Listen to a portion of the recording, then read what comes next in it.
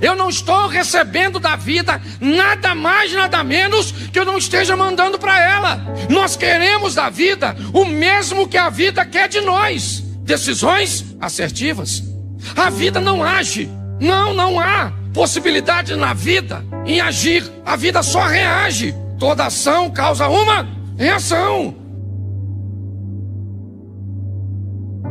O tema da minha mensagem é vida eterna versus vida terrena. E muito mais do que isso, conduzir a sua vida a um nível de transformação. Aliás, a um nível de vida e não de sobrevivência. Para mim, sobreviver é conseguir pão, é conseguir água e conseguir abrigo. Para mim, os animais, eles não vivem, eles sobrevivem. Todos os dias eles saem para caçar ou para serem caçados.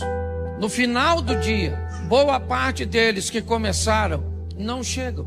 Cederam suas vidas para que outros vivessem. Você não vai ver esses animais aspirando objetos e coisas como nós. Nós vamos descobrir que eles, na verdade, eles não vivem, eles sobrevivem. Porque sobrevivência é diferente de viver.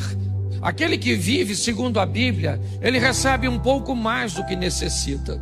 Aquele que consegue viver, ele consegue ir além, um pouco além, talvez não muito além da sobrevivência. Mas com certeza ele precisa romper este limite. Aquelas pessoas que conseguem apenas obter o necessário e pronto. Na verdade, o que elas estão fazendo é sobrevivendo e não vivendo. Nós já falamos aqui que é impossível que todos sejamos ricos. O sistema não funciona com uma riqueza generalizada. Não existe como isso acontecer. Porque se todos forem ricos, nós não vamos ter as necessidades básicas atendidas. Quem é que vai plantar? Quem é que vai colher? Quem é que vai beneficiar?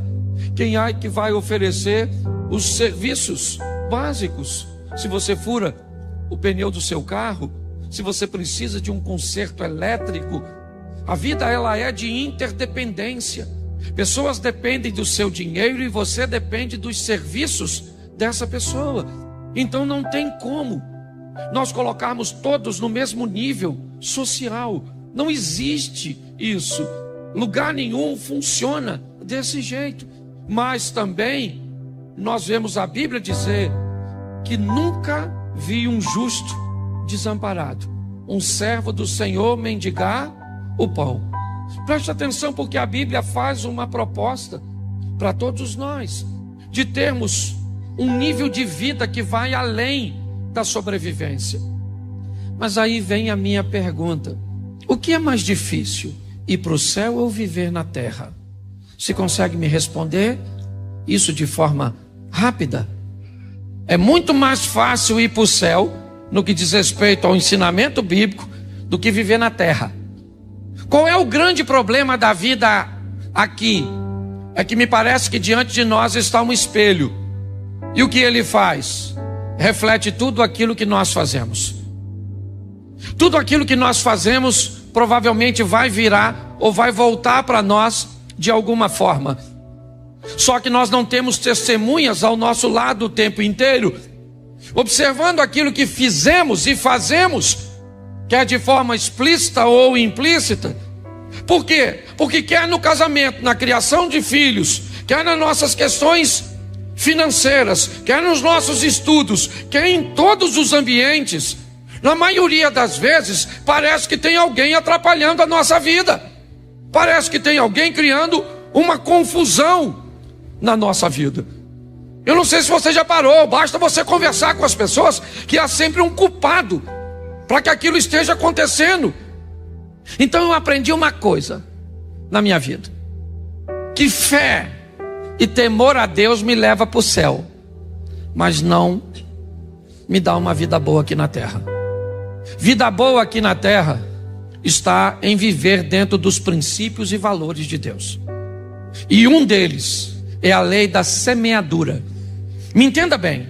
Quem vive bem aqui na terra, obedecendo valores e princípios que estão na Bíblia e algumas pessoas sequer são capazes de notar, porque muitas vezes parece que não está na Bíblia, ou a Bíblia não te ensina a buscar fazer tudo o que você for fazer da melhor maneira possível. Como é que se faz algo da melhor maneira possível? Obtendo o máximo de conhecimento possível em torno daquilo que vai ser executado.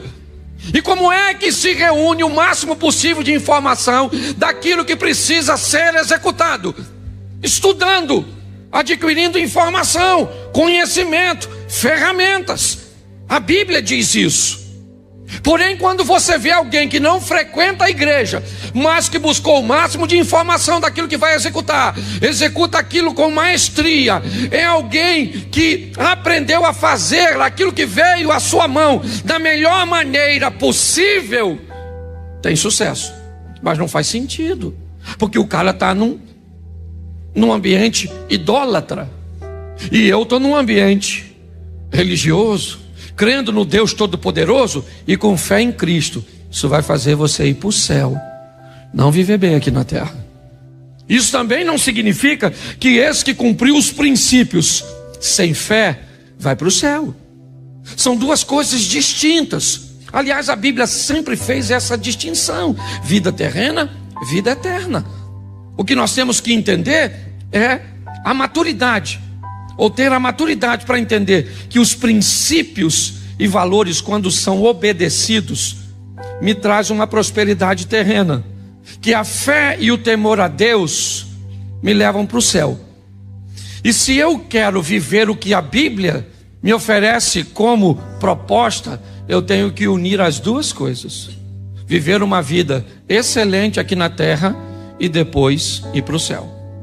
Nossa proposta é melhorar a sua vida, é fazer com que você saia daqui com uma vida muito melhor. Fazendo o quê? Obedecendo a Deus. Não, o que eu quero é ir para o céu. Então viva de qualquer maneira, com fé em Cristo, e você morre e vai para lá. Agora, não reclame de ter uma vida ruim aqui. Me dói quando eu vejo pessoas sofrendo de uma forma contínua. Gente, por favor, pegue esses estatutos e esses princípios, e principalmente o da lei da semeadura, e trate sua vida de forma diferente, sem desculpas. Por que um venceu e o outro perdeu? Porque um decidiu vencer e o outro decidiu perder. É só isso. Tome uma postura, tome um posicionamento. É isso que eu quero mostrar para vocês hoje, que é uma questão de decidir. Muita gente entrou por essas portas e mudou de... E muita gente entrou por essas portas e não mudou de... E qual a diferença entre o que mudou de vida e o que não mudou de vida? É que Deus gosta mais de um grupinho. Você está vendo? Deus não foi com sua cara. E Deus foi e abençoou o outro e deixou você sofrendo. É por isso? Olha só, você decide, querido. É isso hoje que está faltando. Hoje as pessoas se acovardam, dizendo que não aguentou, que era mais forte do que ela. Sai fora disso. Coloque isso no seu coração. É isso que está faltando. Se posicionar. Porque, querido, deixa eu falar uma coisa para você. Se tu está afim de viver uma vida de derrota, se você está afim de viver uma vida de humilhação, se você quer viver um casamento sem sabor, tudo bem. É um direito que você tem. Agora você pode lidar com Deus, e isso a igreja tem ensinado. E isso você ouve palavras aqui, que nós não viemos aqui para viver uma vida de derrota. Nós não viemos aqui para viver uma vida de humilhação. Nós viemos aqui para ser em Cristo mais do que... E aí? Por que eu não venço? Por que as coisas não acontecem? Pare para pensar. Porque muitas vezes nós decidimos por aquilo que é errado. Porque nós temos, muitas vezes, o posicionamento de nos omitir. É só isso. Não tem mágica. É isso que eu quero que você entenda. Sabe? Por isso que a Bíblia nos ensina a ter uma fé correta. E não essa fé destrambelhada. Sabe? Eu vejo gente que não estuda e quer ser vencedor. Não trabalha e quer vencer.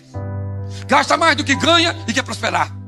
Não, não é? Não respeita, não cuida, não faz nada e quer ter um casamento bem sucedido. Aí eu fico olhando, eu fico imaginando Deus olhando tudo isso. E o pessoal vai orar. E na hora da oração eu falei: Senhor, eu preciso vencer. Minha vitória está nas suas mãos. Mas dá licença que eu vou sair daqui para fazer mais umas besteirinhas. Faz tudo errado, cara. O que eu tenho visto é exatamente esses posicionamentos, sabe? E aí eu começo a observar a história das pessoas. Como as pessoas estão se comportando indevidamente diante de uma proposta de um evangelho tão digno, tão decente, sabe? De um evangelho tão sóbrio, tão real. Querido, nós vivemos debaixo de lei de semeadura. Diga uma coisa para mim. Diga: a única voz que o meu futuro escuta é a voz da minha semente. Você pensa que o seu futuro vai escutar suas orações? Não, o seu futuro vai escutar suas ações.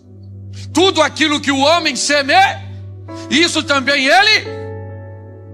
Então nós vemos pessoas. Qual é a minha grande preocupação? É que ao longo desse emaranhado de gente que entra por essas portas, pessoas entram e tiveram suas vidas totalmente transformadas. Entraram aqui com uma vida de derrota, com autoestima lá embaixo, com casamento destruído, desempregadas, não é verdade, sem perspectiva de vida. E hoje tiveram suas vidas totalmente transformadas. Levanta suas mãos quem ao longo desse período tem vivido isso com Jesus. Levanta a mão. Isso. Agora a gente sabe que tem muita gente que entra por essas portas e o que que muda? O que que muda? Nada. 20 anos, a igreja está aqui, 19 anos, entrou aqui e até hoje está lutando. Pastor, que luta. O que é, meu filho? Você é crente ou lutador de MMA? Não é possível tanta luta. Não é possível, então perde logo. Não é? Então, é postura, é posicionamento, é isso. Aqui o que nós temos hoje que fazer não é muitas vezes ensinar você, mas é tentar fazer você fazer aquilo que você precisa que seja feito. Tomar uma postura. Você está namorando esse menino. Às vezes para a sua vida andar, esse menino tem que sair da sua vida. Ah, pastor, mas eu já estou com 25. Aquele que vier a mim, de maneira nenhuma lhe lançarei fora. Ah, pastor, não, querido. Você precisa ter coragem de fazer aquilo que precisa ser feito. É só isso. Nós estamos aqui para estimular você a sair de sua zona de conforto e agir, sabe? Hoje as pessoas, eu fico imaginando, porque eu converso. Pô, pastor, eu estou aqui há 10 anos, eu estou decepcionado. Fulano passou por aqui, já rompeu. Ciclano passou por aqui, já rompeu. Aquele ali tem um ministério. Aquela outra já foi isso. A outra já casou. O menino da outra já está formado. O outro está empregado. Querido, está na hora do milagre parar de acontecer ali e começar a acontecer aqui. Na sua vida, na sua história. Que Deus não tem panela não, meu filho. Deus não tem panelinha que diz: esse eu vou abençoar, esse aqui não vou não. Deus fica olhando e esperando. Vou ver o que ele vai fazer. Você pensa, um macumbeiro vai fazer uma prova para um concurso junto com um crente, certo? O macumbeiro foi lá, matou uma galinha, acendeu umas velhas, estudou pra caramba. O cristão não estudou nada, mas também não matou a galinha. É dizimista, é ofertante, conhece os hinos e tudo da igreja, não é? Não falta um culto, mas estudou não. Fala para mim na hora da prova quem é que vai passar. Quem é que vai passar? Por que ele vai passar? Sério? Mas Deus não vai dar vitória para outro não? Não. Por quê? Quem não merece. Hoje eu estou cansado de ver isso. O pessoal não estuda. Na hora da prova põe a mão em cima. Oh, Senhor, estou sentindo a sua presença nesse lugar. Eu estou precisando da sua ajuda. Porque o inimigo está furioso. Eu imagino o diabo falando: eu vou até embora. Eu não quero nem ficar perto dessa besta, não, que pode me influenciar. Pare e pense nisso. É ou não é? É isso que eu estou falando. Todo mundo sabe o que precisa ser feito, mas não tem coragem para fazer. Esse é o grande dilema. Sabe? A igreja tem buscado e trabalhado ao longo de toda essa história para dar a vocês o caminho da vitória, a obediência a Deus, o compromisso com Deus. Vem nos ensinando a nos afastar do pecado, a tomar decisões que viabilizam e que demonstram que Deus é conosco, que nós precisamos dessa recompensa. Isso é muito importante, sabe? Nós vamos obedecendo e vamos recebendo da obediência os frutos. É assim que as coisas acontecem, sabe? Nós vamos obedecendo e Deus, como um Pai generoso, vai demonstrando que a obediência vai trazendo benefícios. E nós vamos nos posicionando cada vez mais em obediência e obtendo e recebendo de Deus cada vez mais bênçãos. Eu não estou dizendo que em algum momento de nossa trajetória nós vamos enfrentar uma crise, nós vamos enfrentar um caos, mas isso é um acidente de percurso na nossa vida. Nós não podemos ser uma vida de caos, uma vida de derrota, uma vida de humilhação. Não! Nós viemos aqui para sermos vencedores.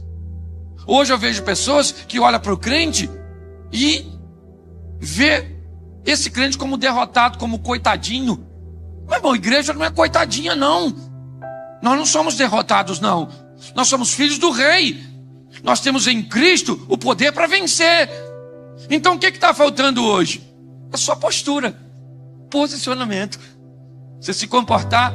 Eu aprendi uma coisa nessa vida: se não está dando certo, é só por um motivo. Qual é? Ainda não é o fim. Que no final vai dar tudo certo. Quando as coisas estão muito ruins, o pessoal fala: está muito ruim. Eu digo: é porque ainda não está na hora de terminar. A hora que terminar. Vida de crente é igual vida, é igual filme de Hollywood. No final dá tudo certo. Lembra quando o meteoro vinha explodir a terra? E estava lá horas para ele cair e acabar com tudo, tirar a terra de órbita. Quem estava lá na frente do foguete? Bruce Willis. Bruce Willis estava lá para entrar em cena e destruir. Só que na nossa vida tem alguém à frente, não é Bruce Willis. Na nossa vida está Jesus de Nazaré. Cristo está lá para nos dar a nossa vitória. Agora, você está a fim de vencer? Não. Você falar não. Eu quero que você pense nas coisas que você tem feito. Veja se o que você está fazendo é coisa de vencedor. É só isso que nós temos que pensar. Porque senão, é só o tempo passar um pouquinho e você vai começar a achar que o pastor está pregando mentira. Você vai começar a achar que estão tentando te enrolar. Que você está tanto tempo aqui e as coisas não mudam. Você já ouviu tantas palavras e as coisas não acontecem. A grande preocupação é exatamente essa. Se as coisas começam a serem ditas e você está aqui 1, 2, 5, 7 anos, 10 anos e as coisas não acontecem, a sua mente vai começar a dizer a você: tem alguma coisa de errado. E dificilmente a sua mente vai dizer que o que está errado está em você. Você vai ter que culpar o pastor, você vai ter que culpar a Bíblia, você vai ter que culpar Jesus, você vai ter que culpar Satanás. Você vai ter que achar um culpado para justificar a sua culpa. Porque mediante a derrota, se você ainda se culpa, as coisas ficam muito piores emocionalmente para você. Então a igreja está aqui fazendo 19 anos, vai fazer 20, 25, vai estar aqui até Jesus voltar, mas com uma perspectiva de dizer a você o que a Bíblia manda que seja dito. E a Bíblia não me manda dizer a você que você é um coitadinho. A Bíblia não me manda dizer a você que você tem que viver na escassez, que você tem que viver um casamento ruim, que você tem que criar filhos rebeldes. A Bíblia não me manda dizer isso. A Bíblia me manda dizer que seus filhos são uma bênção. O que a Bíblia manda dizer é que o seu casamento tem que ir até que a morte. Isso. que no seu lar vai comer o melhor desta terra, que em meio a qualquer crise, seja PT, PSDB, e quem quiser administrar, quem administra, esse dia o cara falou comigo, pastor, eu vou falar uma coisa para o senhor, agora, com essa eleição agora, depois da eleição, vai vir no Brasil a maior crise dos últimos anos, o que o senhor acha? Eu disse, eu acho que eu não vou participar. Ele falou, mas como assim? Eu falei, eu não vou participar dessa crise não. Ele falou, mas o senhor não tem escolha? Eu falei, eu tenho. Quem administra a minha vida é Jesus. Não é verdade? Daniel estava lá na Babilônia com Nabucodonosor, estava prosperando. O Nabucodonosor se lascou e morreu, entrou o filho dele, Daniel está fazendo o quê? Prosperando. O filho dele morreu, entrou o Ciro lá, o governo medo persa, onde estava o Dani? Lá em cima, porque a nossa vida não depende. Eu falei com ele mesmo, não vou participar dessa crise. Ele disse, por quê? Eu falei, porque eu não estou afim. Na minha vida não vai ter crise. Ele falou, você é doido? Eu falei, doido é você que vai aceitar essa crise? Ele falou, você é engraçado? Eu falei, isso é engraçado? Não, Jesus disse que eu vou vencer. Igual esse dia eu estava conversando com um cara, o cara falou que nós temos que ser pobre. Crente tem que ser pobre. Eu falei, não tem não. Ele falou, tem. Que o dinheiro é um mal. Eu falei, para tu. Para mim não tem mal nenhum. Aí eu falei para ele assim, ele falou que tinha que ser pobre. Eu falei, deixa eu falar uma coisa para tu. Ele falou, fala. Eu falei, o Abraão era pobre? Ele falou, não. Eu falei, o Abraão não era pobre. Eu disse, não, é. Eu falei, o Isaac era pobre? Ele falou, também não. Eu falei, o Jacó era pobre? Ele falou, também não. O José também foi pobre no Egito? Ele falou, não. Eu falei, e o Jó? Ele falou, também não foi pobre, não. Eu falei, e o Davi? Ele falou, também não foi, não. Eu falei, então, na minha vez eu tenho que me lascar. Que doideira é essa? Por que na minha vez os caras tudo foram prósperos e eu me lasco? Bonito. Então, querido, eu aprendi isso. Eu estou pregando, tem gente que levanta e sai. Sabe o que minha cabeça diz? Tá tão bom que ele foi chamar mais gente. Eu aprendi a pensar assim. Se você observar, é essa postura. É isso que eu quero que você entenda. A Bíblia me ensina e me impulsiona a estimular você ao culto racional e a fazer o que a Bíblia manda que façamos. Em momento nenhum a Bíblia vai dizer para você ter autopiedade, comiseração. Em momento nenhum a Bíblia vai dizer para você se desesperar, porque em todo momento Deus está no controle. São nossas decisões que vão gerar o nosso futuro. É só isso. Então eu queria deixar essa palavra para você. Tome uma postura. Tome um posicionamento.